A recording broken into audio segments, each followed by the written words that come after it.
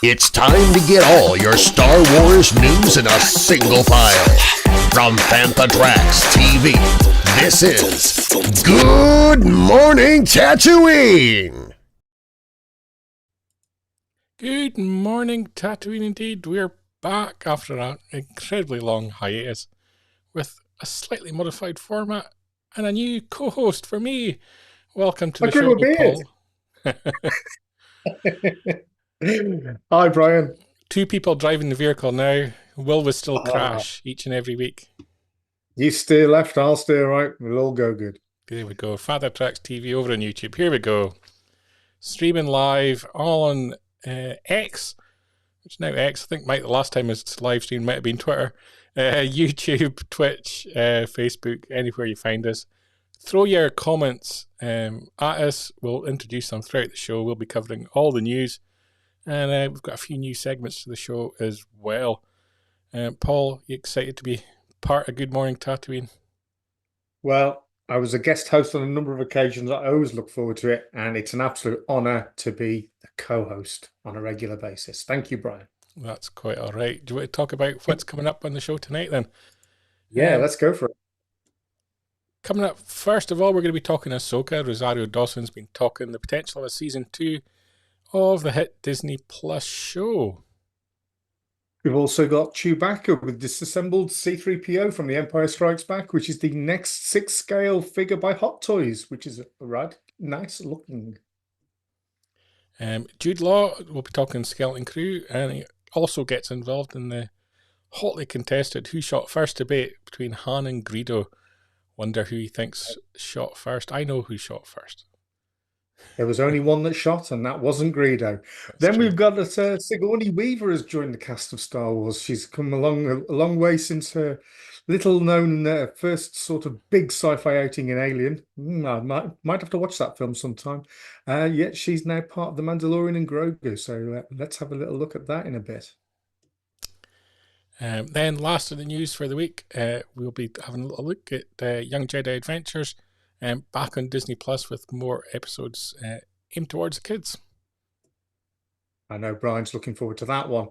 We've also got Jabba's Court, and we'll be looking at the fate of the Acolyte. And in our second new regular segment, last round at the Cantina, we're going to look ahead to Skeleton Crew and have a little bit of debate about whether it can find an audience, as it's something very different for Star Wars for live action. Paul, out of all that news, what takes your interest most? I must admit the prospect of a second season of Ahsoka. There was a lot of threads that weren't tied up on that one, so yeah, that's a biggie for me. Yeah, so let's get stuck straight into that story straight away, I think. And Rosario Dawson's been talking season 2, which it's kind of in that area, grey area, where they said they're developing it, but they've never actually said it's happening. But I think it's pretty much guaranteed that it is now. I think the last time something official was said, Dave Filoni said that they were developing ideas for it. But I think it's Yeah, kind of rumbled on enough now that we all feel it's definitely happening. And yeah, I think that's the case. Has it not been confirmed? I think it has been confirmed, hasn't it? never officially confirmed beyond the we're developing ideas. It's never said it's gone into actual production, but Right. such perhaps a technicality. Um, Rosario's been talking about it as if it's going to happen, so let's run with the idea that it definitely is. I think it is. She's I, hoping there's going to be some more levity to her character, a little bit more lightness, something that she was a little bit jealous, I guess, in a way that Natasha was able to bring to yeah, Sabine, and she wants to bring more of that to Ahsoka if they get us, if we see her back in season 2. I think it's one of the shows that's received the least amount of backlash, shall we say? I think because it came off the back of and was effectively a spin-off from Rebels, which had always been dear to many people's hearts. It had got a good sort of platform to work from. And whilst it was called Ahsoka, it was essentially Rebels, the continuation of Rebels. Um, I enjoyed it. I thought it was a really good season. I think there's loads of stuff that needs tying up, and some that are going to be a bit more difficult than others now that sadly we lost Ray, who his character, Baylan Skoll, how they deal with the loss of Ray Stevens will be interesting, whether they recast or they explain his absence in some other way. But yeah, that will be the trickiest one, and the one that will um, be most heartfelt, I think, by the fan base. But we've Yeah, got all sorts of things. We've got the fact that Ezra is now back in the true Star Wars galaxy, if you like. We've got Thrawn there with his zombie troops, which that's what we're assuming were in the crates at the end of season 1, in a scene that was very reminiscent to the end of Raiders of the Lost Ark when the Ark was packed away in storage. Um, and then, of course, we've got stranded in Peridia. We've got Huyang, Sabine, and Ahsoka. How are they going to get back? Um, I know we've probably got some ideas that that could be a crossover from other platforms that could resolve that, but we'll leave that for now.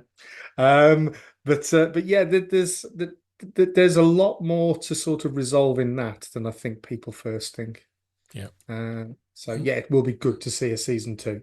Mark Newbold there in the comments. Definitely, he's excited for season 2. Bring it on. Needs to happen as soon as possible. I know Mark Newbold. Yeah, definitely. Um, I've been in different mindsets when it came to Balin, and initially I was like, no, don't recast. You know, the performance was so good in season 1, and so unexpected that you kind of just buy into a character that quick.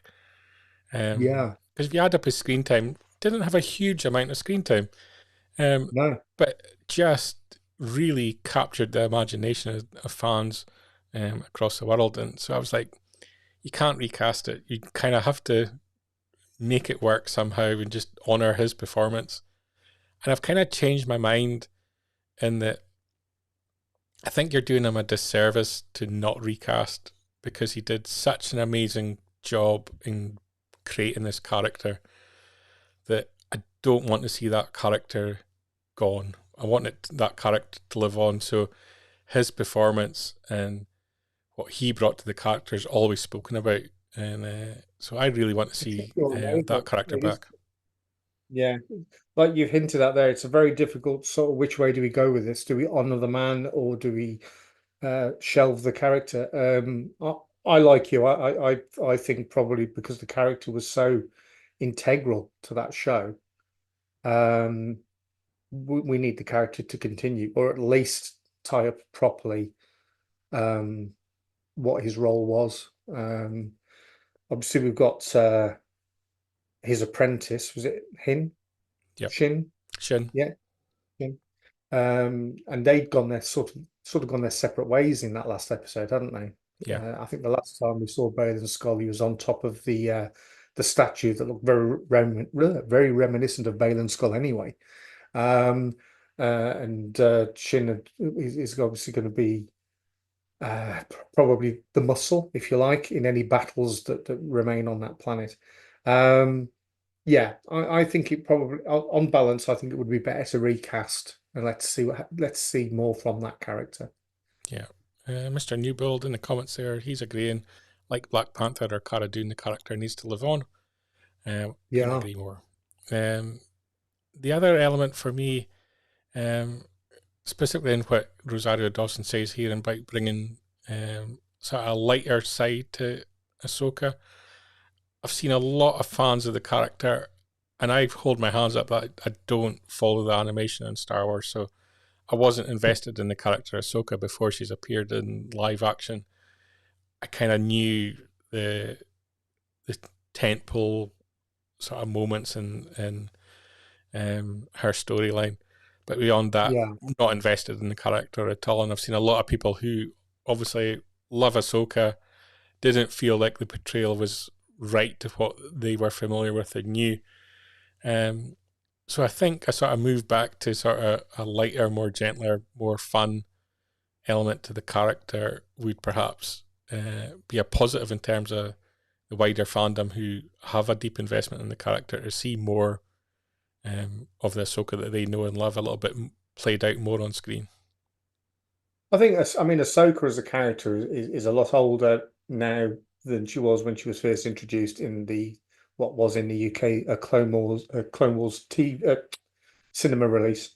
She was a child at the time, and as the character has gone through the Clone Wars and Rebels TV shows, she's older and more mature anyway. But yeah, there was a bit more snappiness to the way that she spoke.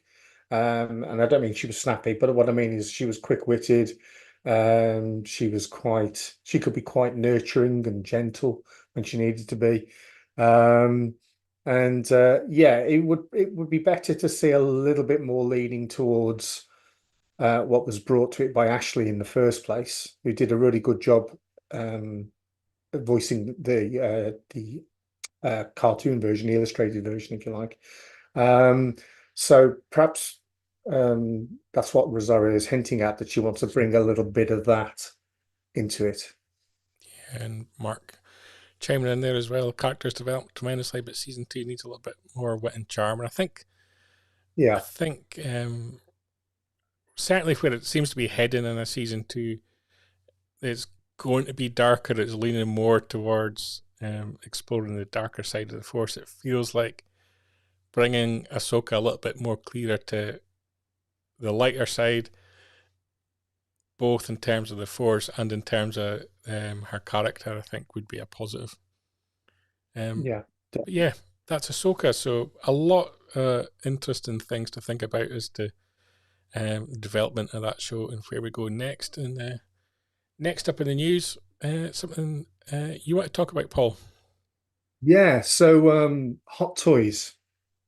This is something that I would love to have got involved with way back, but of all the ones that have been released of late, this is the one that's really spiking my interest. I love The Empire Strikes Back. Who doesn't?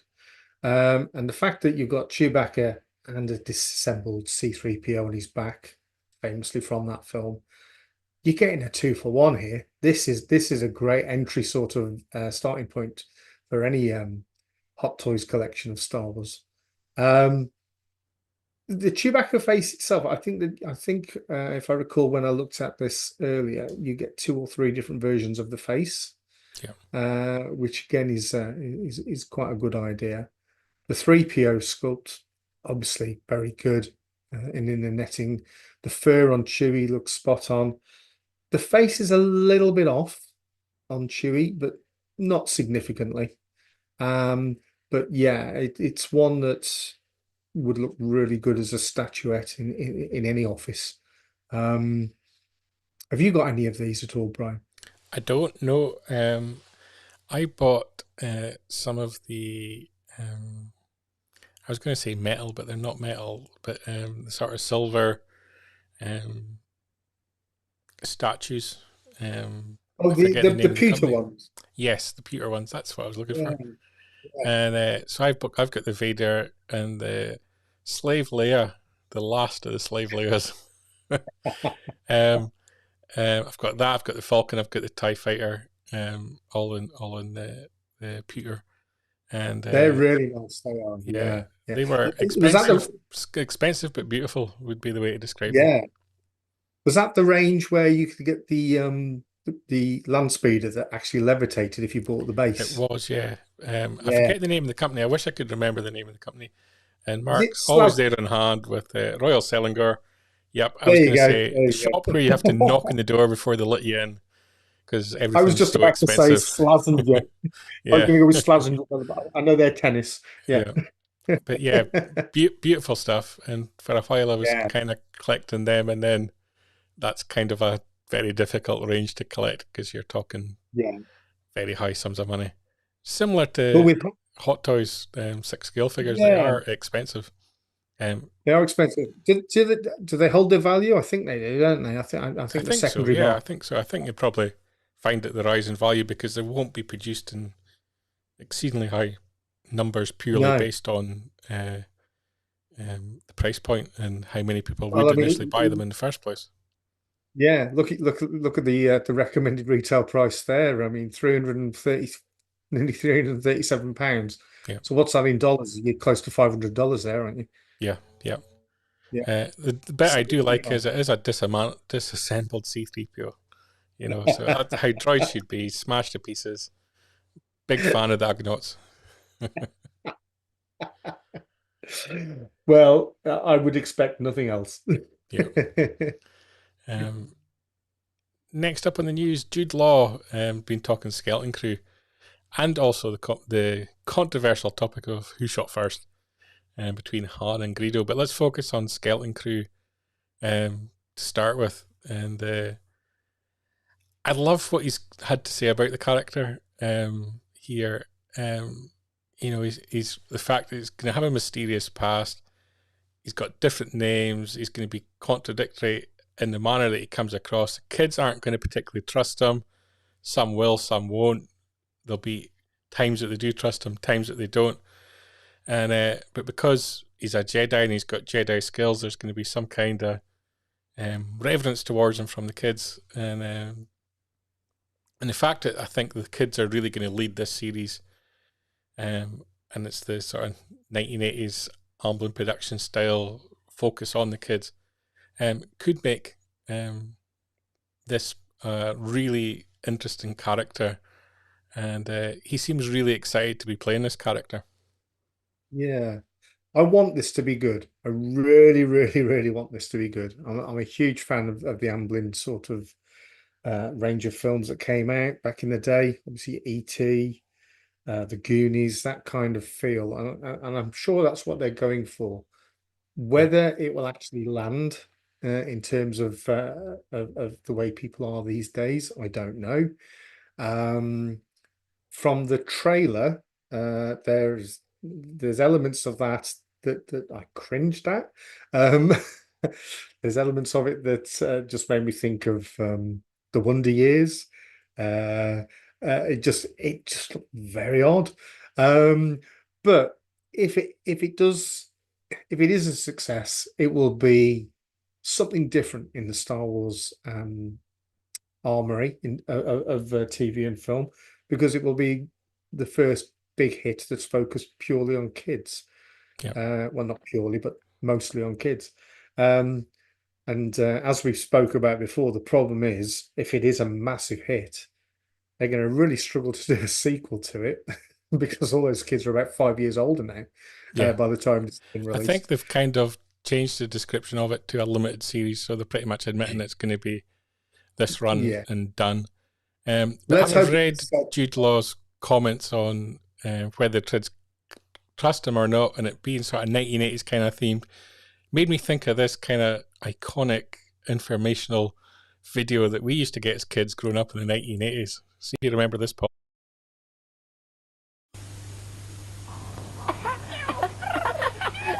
Charlie and I were in the park.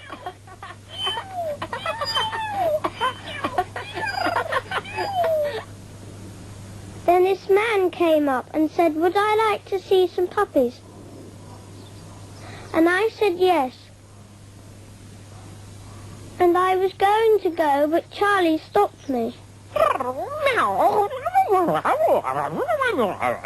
Charlie's reminded me my mum says I shouldn't go off with people I don't know. Then the man went away. We went and told Mummy, and she said we'd been very good. I got an apple and Charlie got something he likes.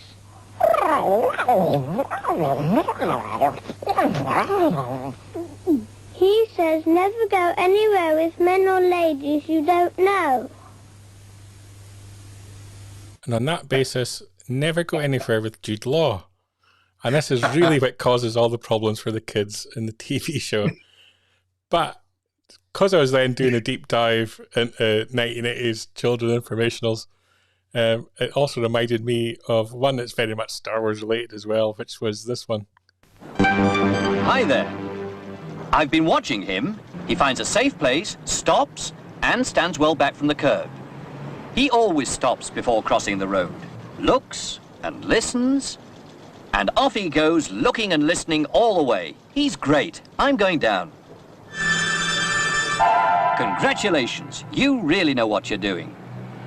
Always use the green cross code, because I won't be there when you cross the road.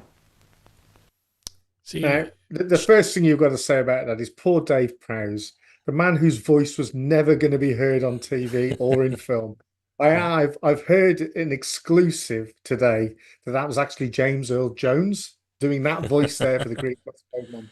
What an amazing job. Well done, James Earl Jones. terrible. Poor Dave. Yeah. Darth Well, it's Vader. good. Darth good to see that Vader we've taught me how to cross the road. You know, and anyone that wants to say he was evil, no, he saved my life many times. But yeah, that's Jude Law, Skeleton Crew. Beware of him. Don't talk to him, children. It's going to end up bad for Neil and co. I can tell. And but in fairness to Jude Law, he has also spoken out on the controversial who shot first, and he does get the right answer. He calls it Han shots first, because as we know, Han is a member of a terrorist organization trying to bring down the democratically elected empire. Also a smuggler of drugs, not to be trusted. Look, we've been away a long time and I thought you'd have changed your tune. No, still fighting it out for the empire. Good people of the empire. And you've got people like this that just shoot people, just trying to do, poor Greedo there is trying to uphold the law in Tatooine, do what's expected of him and capture this terrible man who's been illegally stealing money from the poor Jabba the Hutt. And, it's just sad. It's sad. It's terrible. Well, I mean, the question needs reframing anyway. Who shot first? It should just be who shot. Because at the end of the day, I don't recall Greedo getting a shot off at all. I think Han shoots him and that's it, isn't it? End of. Depends what version you like to watch. You see, we're going to be talking about the Acolyte later, but I survived the Ewoks. I survived the special editions. I survived the prequels. Survived the sequels. I can survive the Acolyte as well if I don't like it. Many a thing has changed Star Wars wise, and what about droids? Opinions have changed over the years, much to the point that I was a big fan of the Phantom Menace, not a fan of the Attack of the Clones. So I quite liked the prequels. I had to live through the hate of the prequels. We're kind of living through the hate of the Acolyte just now. We've been there before. The Ewoks were as hated as the witches at one point. Well, I mean, the Ewok movies. Yeah. Sindel, not to be trusted. Don't trust that young girl. Exactly. Exactly. But yeah, Jude Law, obviously big Star Wars fan. And he kind of loved being asked that question as well. And so we've got Skeleton Crew to look forward to next on Disney Plus. Coming further down the line to movie theaters, though, we're going to have The Mandalorian. And I don't know where I've got that headline from, but it's clearly wrong. I don't know where I've copied and pasted that from the wrong place, and I've only noticed just now. But it should say that Sigourney Weaver has joined the Mandalorian and Grogu movie. And she's going to be taking on a role that we don't yet know what that role is going to be. So, Paul, what's your take on this that one? was all. So that was all based on the interview with Deadline, where they managed to talk to her a little bit briefly about her involvement in the upcoming Mandalorian and Grogu movie. And apparently she's already met Grogu. And like we said at Fantatrax, if she is not in some way, shape or form related to Pelimotto, they will have missed a massive, massive open target, won't they? Yeah. I mean, for goodness sake, let's see her turn up looking almost exactly as Ellen Ripley with the curly hair, and she's going to be Pelimotto's mum or something like that. Even though, I mean, she still could pass as a sister quite easily. But yeah, that would just be hilarious. That would be fantastic. Yeah. I mean, the fact that she has gone through all these different big franchises. I mean, Aliens, Ghostbusters, Avatar. What else has she been in? She's been in Marvel, hasn't she? I'm not sure if it's been Marvel. Someone in the chat will keep us informed on that. But the last time I saw her was in Avatar. Yeah. She's got a presence about her. And I can actually see her, instead of Pelimotto, I can actually see her playing an Imperial. She's kind of got that stance and that command.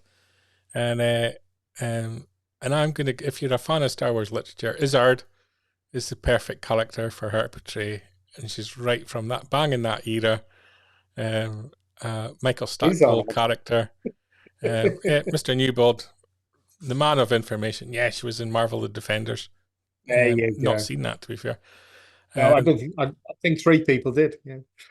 I think she'd make a great Izzard, and I'd like her to see portray that character. That's the right era as well for where the movie sits, and it would be an interesting character to bring to live action. So I'm just looking over your shoulder, Brian. I can see Grogu's watching the show from behind. I'm guessing that just off shot there, we've got Sigourney Weaver, perhaps having some beans on toast. She's ready to. Yeah, she's met Grogu, so she's obviously been down to set. Doesn't sound like she's filmed anything yet from the way that she spoke, but perhaps she's been there, costume fittings and so on.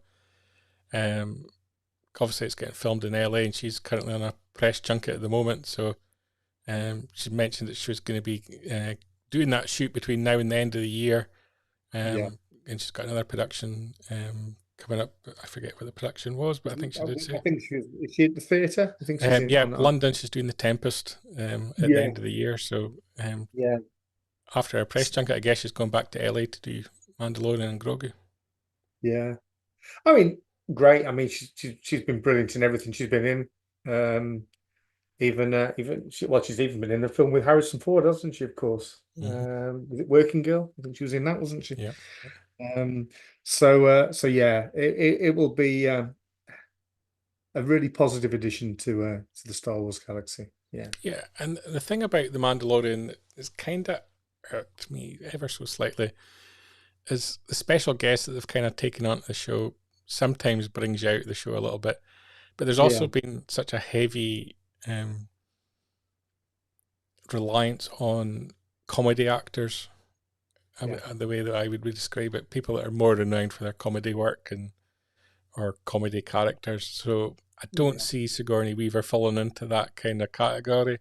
She's always kind of brought quite spicy characters, the way I would describe them, to screen. You know, characters with attitude, and I can see her being bringing something special to this film, given the right script and the right part.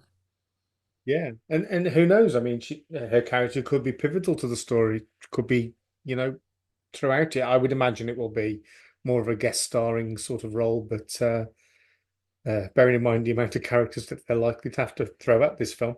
But yeah, definitely a welcome addition. At least we know she can act. That's true. Always helps. It does. Last up in the news front for this week, Young Jedi Adventures back on Disney Plus for the latest batch of episodes. Not something that I've invested any kind of time on. I've seen a few little clips on YouTube and so on. Really? We can actually run the most recent trailer for it as well.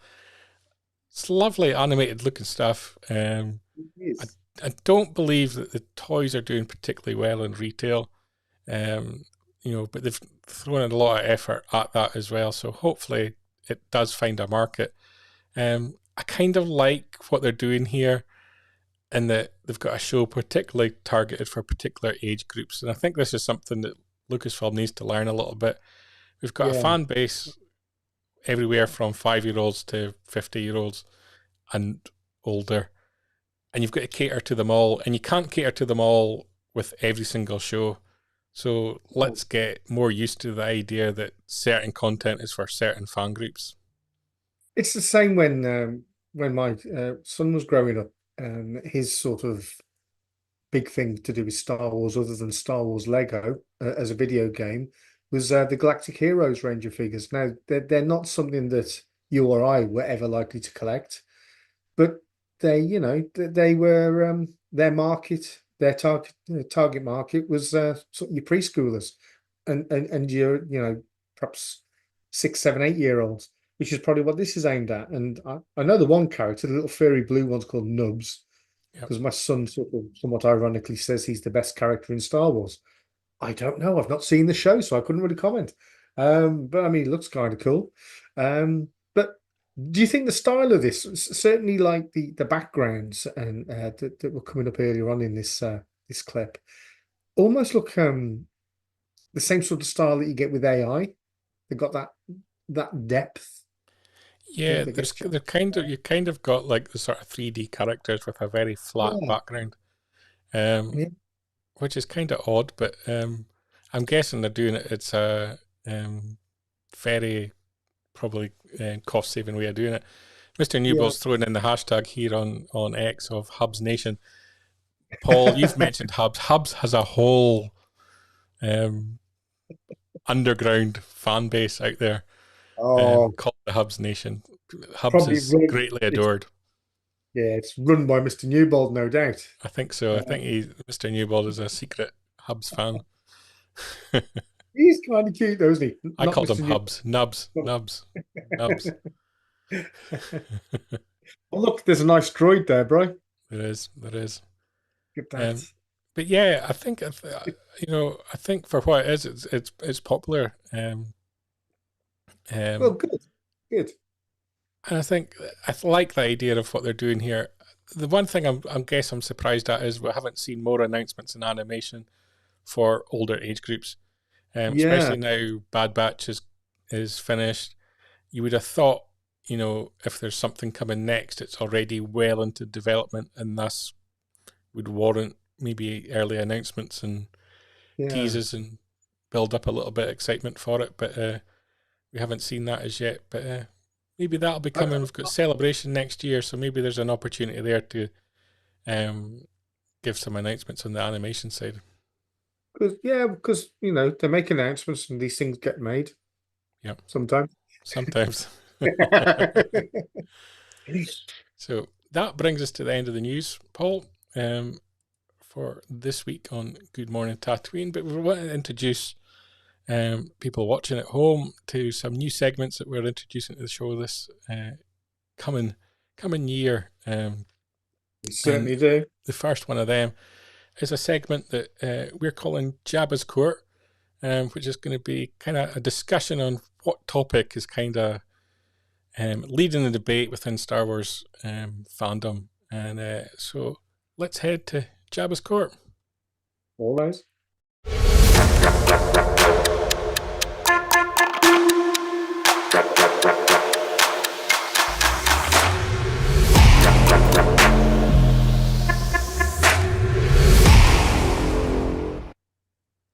So this week in Jabba's Court, we're talking The Acolyte.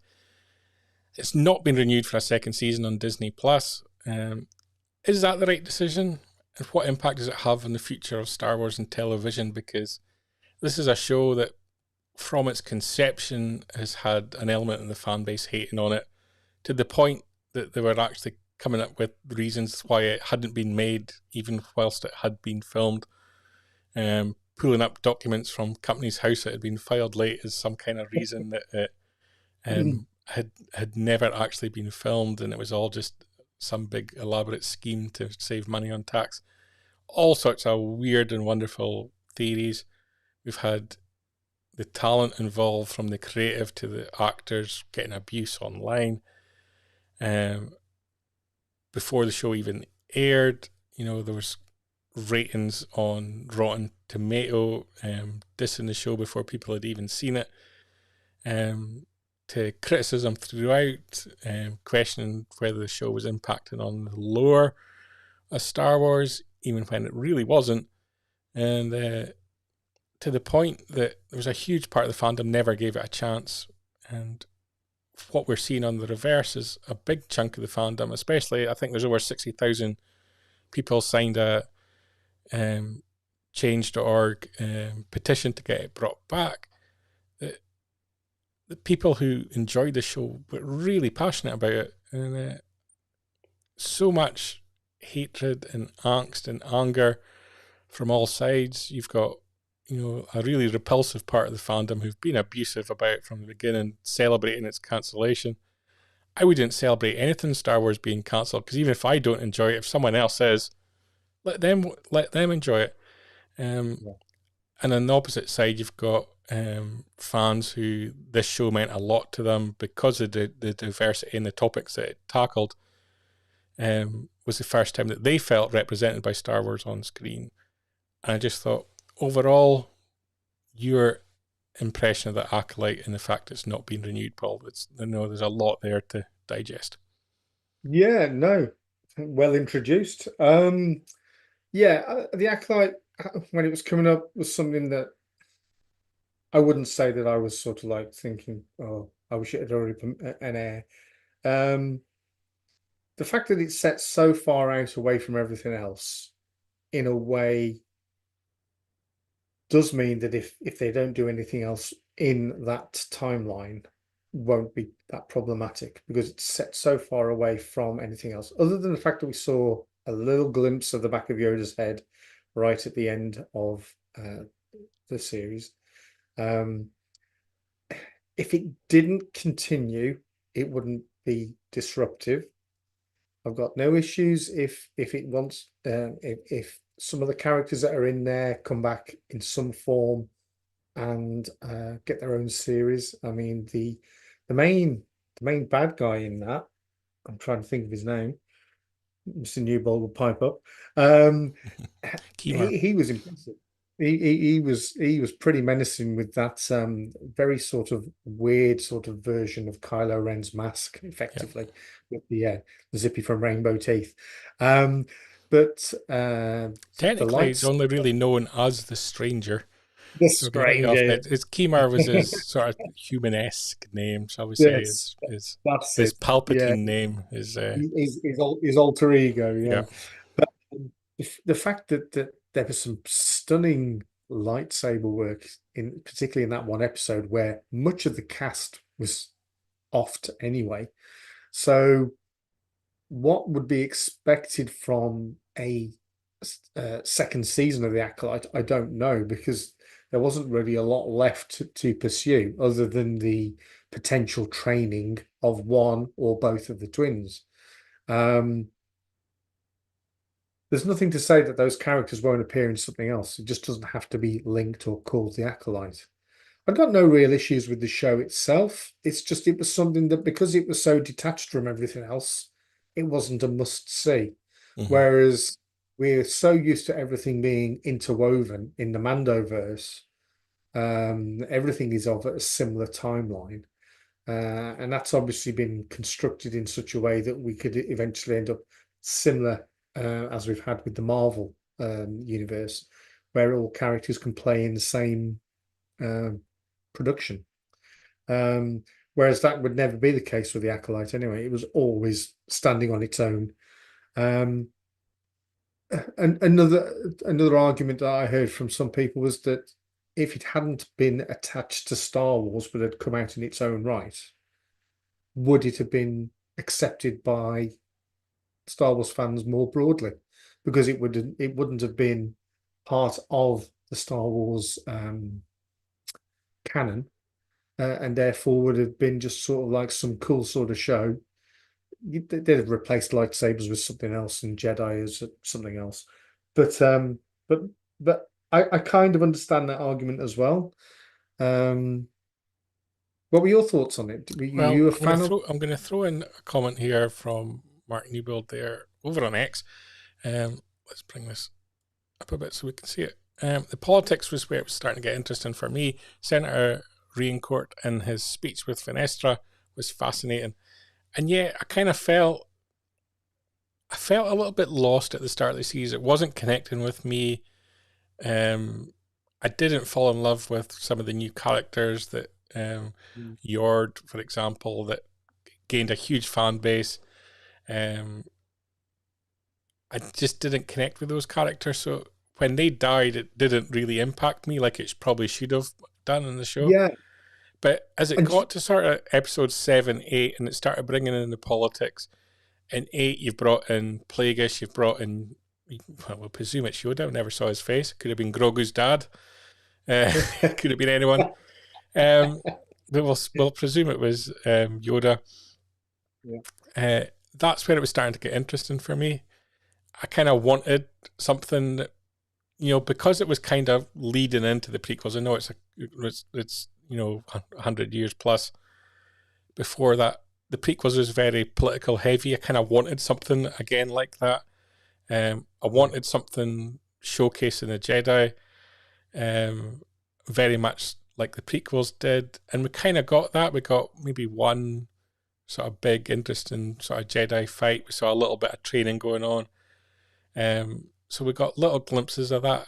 And I kind of felt towards the end of the season it was kind of going more in a direction that would appeal to me if it carried on for a second season. So I definitely feel there's a story there to be told. But for me, I understand the business side of it. Yeah. As an accountant, I'm like the guy that brings the numbers to the board that gets things cancelled. Yeah. I understand it. And when you look at the numbers of the Acolyte that are published, and there's some question marks over that, but Disney have all the numbers they could possibly want at their fingertips with it being on their streaming service.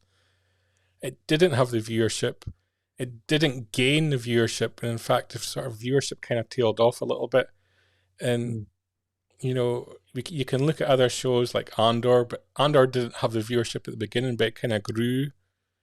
And even Andor was kind of affected as well, because it was originally planned to be a 4 or 5 season show, and they've shortened it to 2 seasons. And they've changed the way they're telling the story in the second season to 3 episodes, accounting for a significant period of time. Yeah. So that's impacted as well. They've made decisions around that. Could they have done something with Acolyte? I don't know. I don't like the idea that the people have been so negative about and have run a campaign against it have this feeling that somehow they've achieved some kind of victory. That doesn't sit well with me. No, I genuinely don't think they have. I think Disney have made a business decision. But I think the way that they've handled announcing it, poor. And I actually think maybe the Acolyte as a project doesn't move forward. It doesn't necessarily mean that the characters in the storyline gets lost. Does it move to animation? Does it move to, comics or books? And we've already had some comics and books. We've got a comic on Karnaka coming out this coming week, I think. And there is books in the pipeline as well. Do we carry the story on that way? Do you actually pivot and create another series called The Rise of Plagueis and just focus on him and have the other characters sort of peripheral to his story? So there's different things they can do. And I admire the people that have gone to the effort to building up 60,000 signatures on this petition. But what they really need is to get people to watch the show, because that's the numbers that Disney are looking at. Yeah. Do you think it would be, I don't know whether with it being cancelled, whether they'll ever get around to doing this, but I would have liked to have seen a cut of it that was more linear. So, we see the flashback episodes first. Let's see it run linear. I think a lot of people were quite miffed that Carrie Massey's character got killed off in the first episode. I kind of figured that there would be at least some sort of flashback to her, but she was significantly in the show beyond that. But maybe if it had been released linear, then it would have made more sense and perhaps garnered more support. Yeah. Who knows? I think, when you mention support, I think that's what the people who love the show have to do, is get their friends to watch it.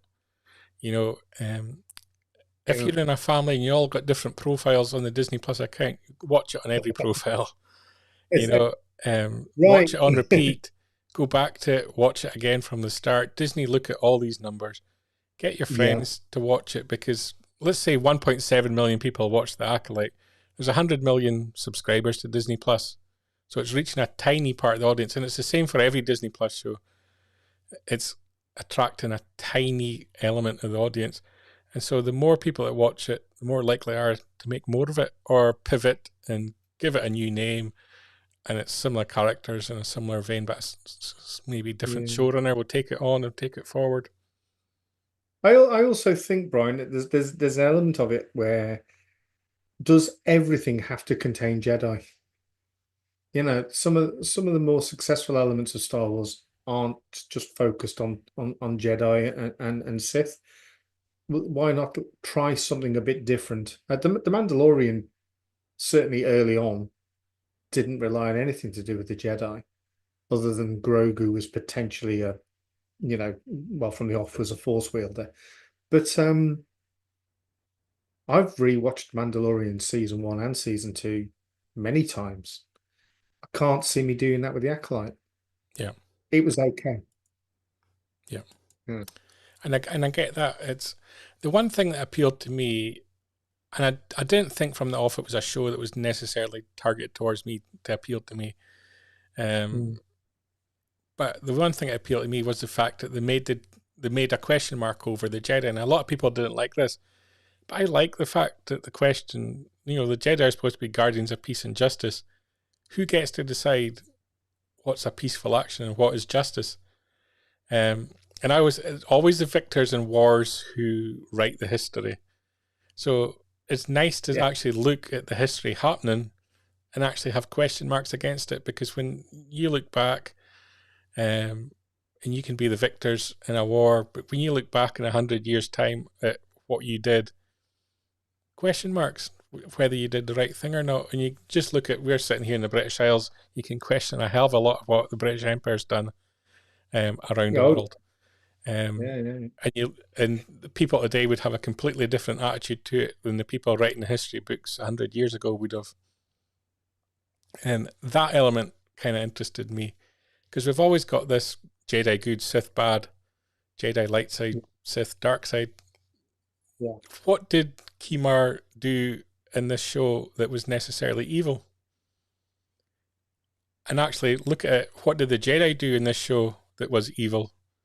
And when you stack it up, you'll find more evil things on the Jedi side of things than you will in Kimar. And that kind of thing, that kind of balance was interesting to me. So it all comes down to what the spirit of Obi-Wan said in Return of the Jedi, a certain point of view. Yeah. And that's what all conflicts are based on, aren't they? Nobody thinks of themselves as the bad guys, unless you're Mitchell and Webb, when you realise when you were a Nazi, are we the bad guys? But other than that, nobody questions what they're doing. They think that they're doing the right thing. Yeah. And that would have been true in the Acolyte of the Jedi, and then of the Stranger. They would have been thinking that what they were doing was for the good. And it's the right thing to do. And a lot of people argue, we can't call the Jedi grey or questionable or whatever. But you fast forward to the prequels, and Palpatine gets the approval of the Senate to execute Order 66 to kill off all the Jedi. So you have to think, over that 100 years of time, enough people started to think bad things about the Jedi in order for Palpatine to be given the approval to do the things that he did. Because this is the element that people always forget, and I always bring up. the Senate was in place right up until the beginning of A New Hope. So every questionable thing that Palpatine did, he did it with the approval of the Senate, and actually the Senate encouraging his actions in many ways. So the extermination of the Jedi was approved by hundreds of planets all around the galaxy. And that is basically, you see that play out in film, but people don't talk about it. What got them to the point that they thought, you know what, there is something slightly corrupt and wrong with that Jedi. and it just becomes little things built over time that makes you start questioning the role of the Jedi. And a lot of it can be the arrogance of it. And you see that a little bit in the Acolyte, in that, oh, we'll just come and take what kids we want, and we'll do what we want, and we're in charge, and we're right and you're wrong, kind of thing. That people start having like an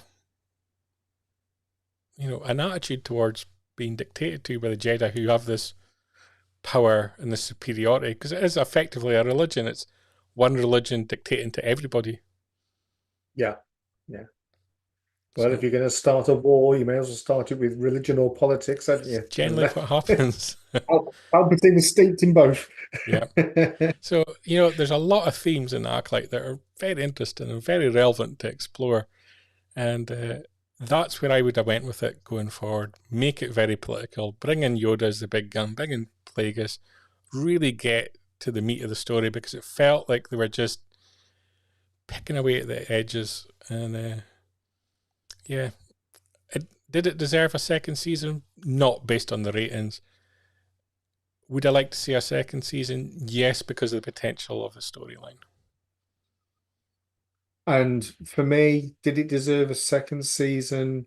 Probably not, because I think it failed to land some pretty interesting ideas. When we saw Plagueis pop his head around the corner in that cave, I was rubbing my hands thinking, here we go, something good's going to happen now. And nothing happened. Yeah. And because of that, for me, it's sort of like, that's just not good enough. Would I like to see something continue in that timeline? Yeah, why not? Yeah. Last question before we move on. What impact does it have on the future of Star Wars and television? Does it have an impact, the cancellation or non-renewal? Because they never actually said they were ever going to do more series. So whatever terminology you want to use for the fact they're not making any more, does the fact that they're not making any more, the fact that they've thrown a lot of money at this, they've tried something new characters, etc., does it impact on what the future of Star Wars and television, do you believe? I think it has gone very quiet, hasn't it? I mean, D23 that happened recently, there's normally some big Star Wars announcements now. I think I'm right in saying there wasn't any.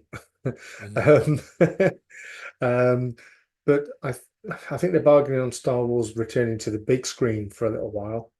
I think that the next step forward with TV will be a return to animation, and I'd like to see something final.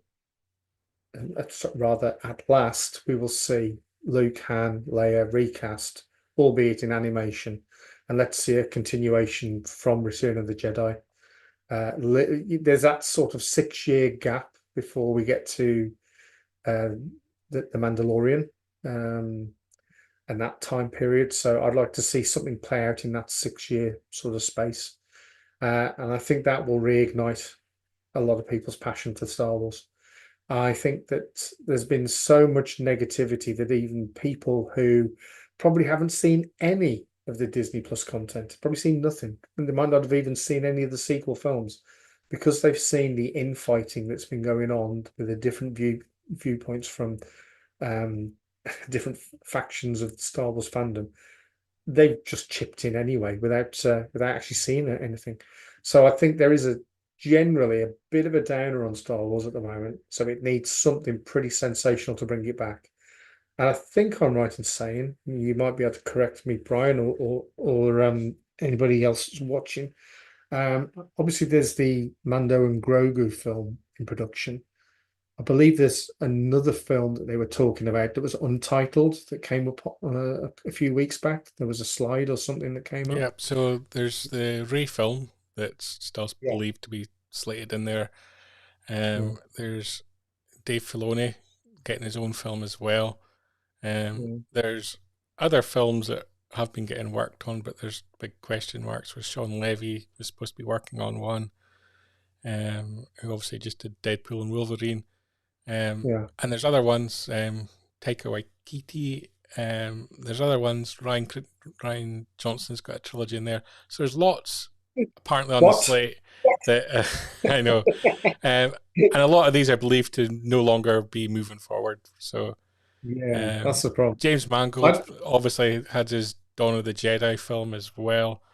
So there's a lot bubbling away there, and a lot believed to have sort of been disappeared. Rogue Squadron you can even throw in there as well as somewhere on a shelf, so it's, again, I'd love to see that. That's another area that was always big in the original days of Star Wars, was X-Wing pilots and Y-Wing pilots.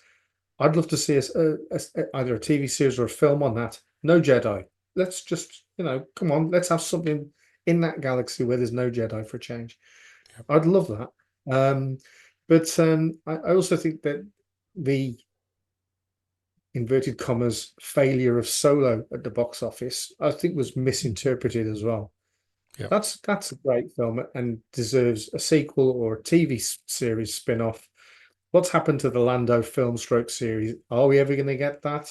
And if so, please let Han Solo appear in that as well. But who knows? But I do think that there's a lot riding on 1, 2, maybe 3 films from Star Wars coming out on the big screen that will reignite the TV series.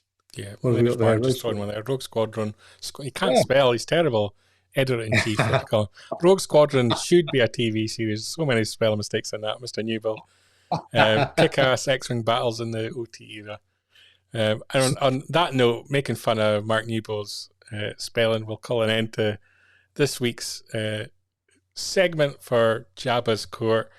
And Jabba's Court's part of Good Morning Tatooine, your weekly recap of all the latest Star Wars news, live streaming every Sunday at 9 p.m. in the UK. And it also releases a video on Fantatrax TV every Wednesday at 7 p.m. So, back to Good Morning Tatooine and the news. We've got one last segment to go with this week, and that is last round at the Cantina. So, let's fire up last round at the Cantina, Paul. Let's go for it.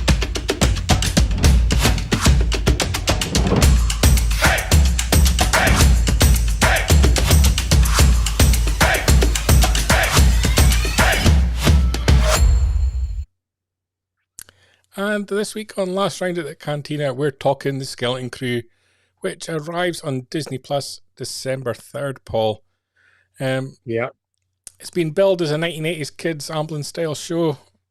Big question is, for this week's debate, will The Skeleton Crew be able to satisfy an apparently angry and frustrated fandom?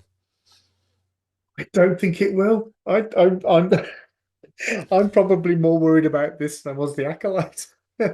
I love the Goonies. I love E.T. I love all the stuff that came out back in the 80s, but I do think it's of its time, and I do think that there'll be some kickback from this. I hope I'm wrong. Please prove me wrong. I don't mind that at all. Jude Law, though, great actor, respected, can act. So it'll be good to see what happens there. The kids, that's what it's all going to hang on, though. Will people engage with the kids? And I'm looking at you there, Neil. Neil, the blue kid with the Max Rebo nose. Neil is the equivalent of Chunk if you're going for Amblin films from the Goonies. And all I can think of with Neil is, Chunk did the Truffle Shuffle. Neil needs to do something with his butt, doesn't he? He has to. It has to be done. Wrong as it is, something has to happen there. You know you're going to be right. You are going to be right. I'm gonna be right. Should we check out the trailer? We'll obviously speak a little Let's bit have about a look. it. Let's throw it up there. So, little kid in his bed, Star Wars themed kind of thing. Star Wars themed buses, very much looks like a futuristic kind of America. It feels very Star Trek in a way, is the way that I would describe it. Yeah, that's very Star Trek. Yeah. Oh dear. Back to the Future. It's a difficult one because they have to have a home life in Star Wars somewhere, and we haven't really truly ever seen it. So how do you create a home life? You kind of got to take what we've got, futurize it a little bit, and then make it lived in. And they've kind of done that in a little way. Is it a little bit too much though? Is it a little bit too normal? It's a little bit cheesy. Give it that. Yeah. But if you're doing a homage to sort of 1980s Amblin, then it's going to feel like Astoria. It kind of has to if you're going to do that kind of lived-in world. Yeah. And I don't know whether I don't think it was this exact trailer, but certainly I've seen some of this footage when I was at Celebration a couple of years. And it was shown to the kids that were in it for the first time as well. Yeah. And they were very excited, of course, as you would be. But they're all moody teenagers now, so they're not so excited anymore. They'll just be embarrassed by it now. And there's Jude looking cool. I mean, don't get me wrong. Mr. Newbold piping in there. Star Wars suburbia where 90% of Star Wars people live. He's very true. Yeah, he's probably real. Yeah, probably right. I'm looking forward to it. I'll definitely be watching it.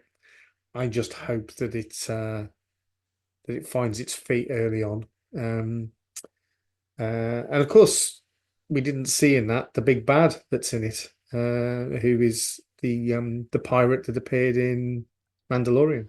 No, but you can, if you go to Father Tracks TV, see an interview you did with him at London Film and Comic Con. See that slick link there. It's almost like I haven't missed most of the year doing this. Just we didn't plan that bit. Straight back in the groove there. That wasn't in rehearsal. Yes, we rehearsed this. Ian, as Mr. Newbold is pointing out that he's called. All right, Mark. All right. I know he likes to chime in here and keep us right, doesn't he? The interesting part for me is there's so much about the show that are going to annoy the element of the fandom that just want to be angry because they make money from being angry on YouTube or X or wherever they're spite, which I'm just going to call bile. There's some genuine people who actually care about Star Wars genuinely who aren't going to like this with genuine, real reasons. And fair play to them. You don't have to like everything. But as I always say, leave it to one side. Let the people that do like it enjoy it. I don't think this is a show that's targeted as me, and it's not. It's not targeted for my age group. There's going to be things about it that will irritate me. But what I hope is there'll be a few moments where I can just laugh and enjoy it. And it's going to be nice Sunday afternoon entertainment. Exactly. So it's coming out on December the 3rd. So that means it's going to be all over the Christmas period and into the new year. Yeah. Perfect timing. Perfect timing for it. So is it going to satisfy an angry and frustrated fandom? No. Will it be entertaining and fun, and will kids like it? Probably yes. Yeah. And if it becomes their introduction to Star Wars, then great. Because as we all know from the conventions that you and I have gone to, Bri, and certainly Mark, these days people have got different entry levels for Star Wars now. Some of them are, and they're in their 20s now. First got into the Clone Wars or Rebels, and that's great. And it's like I said earlier on Good Morning Tatooine, that you can hate on the Ewoks, you can hate on the special edition, you can hate on the prequels, you can hate on the sequels, you can hate on the Acolyte, you can hate on Skeleton Crew. It's all still Star Wars, and we've all been through the hate so many times before. and we still love Star Wars, and we don't have to like it all, and we can still live with it. You're all entitled to your opinion. But You if your opinion on The Last Jedi is anything other than mine, you're wrong. Let's not get into that this week, and because time is moving on rapidly. So, last round at the Cantina is going to be a regular feature on Good Morning Tatooine.